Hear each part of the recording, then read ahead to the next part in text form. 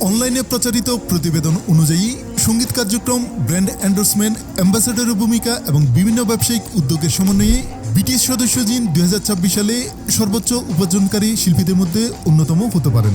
বক্তারা তার এই ধারাবাহিক আর্থিক সাফল্যের পিছনে একাধিক শিল্পে তার ধারাবাহিক উপস্থিতিকে একটি মূল কারণ হিসেবে উল্লেখ করেছেন। বিনোদন জগতের বাইরেও জিনের কথিত বিনিয়োগ এবং সম্পত্তির মালিকানা নিয়ে আলোচনা হয়েছে, যা তার সমর্থকরা প্রায়শই সতর্ক দীর্ঘমেয়াদী আর্থিক পরিকল্পনার উদাহরণ হিসেবে উল্লেখ করেন।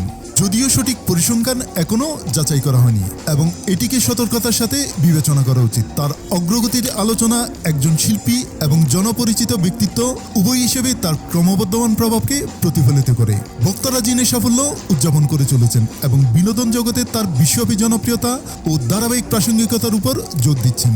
তার এই চলমান সাফল্য বিটিএস সদস্যদের বৃহত্তর প্রভাবকেও তুলে ধরে, যাদের প্রত্যেকেই তাদের দলীয় ঐতিহ্যের পাশাপাশি একটি শক্তিশালী ব্যক্তিগত পরিচিতি গড়ে তুলেছেন।